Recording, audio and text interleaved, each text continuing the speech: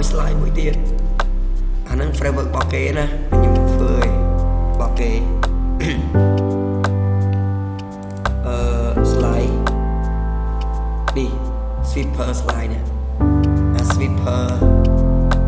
slide ហ្នឹងអាហ្នឹងយើងអាចប្រើមួយ tag បាន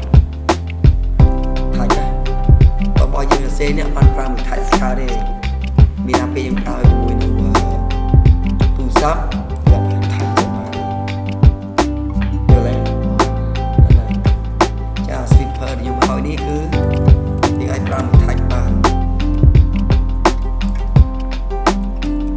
sweeper slider អានេះយើងរួមទៅដល់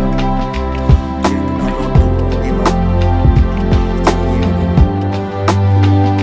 ចេញដល់លោត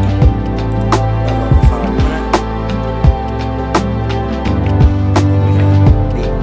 មានស៊ីពីនេះចឹងយើងដល់លោតទៅវាកប់ពីច្រើនណាពេលវាកប់ពីច្រើនណាចឹងໄວតែប្រើយើងប្រើតែពីនេះទេនេះណ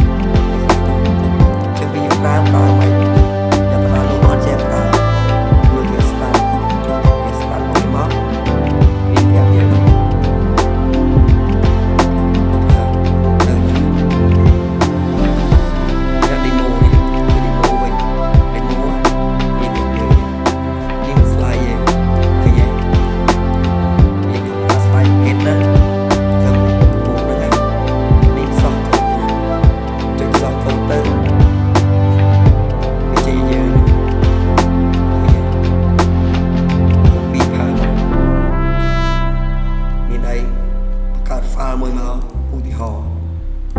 file new ពេលចេះប្រើណាយ៉ាត់អត់ចេះប្រើ file save ដាក់ថា index.html អញ្ចឹងតែវាមក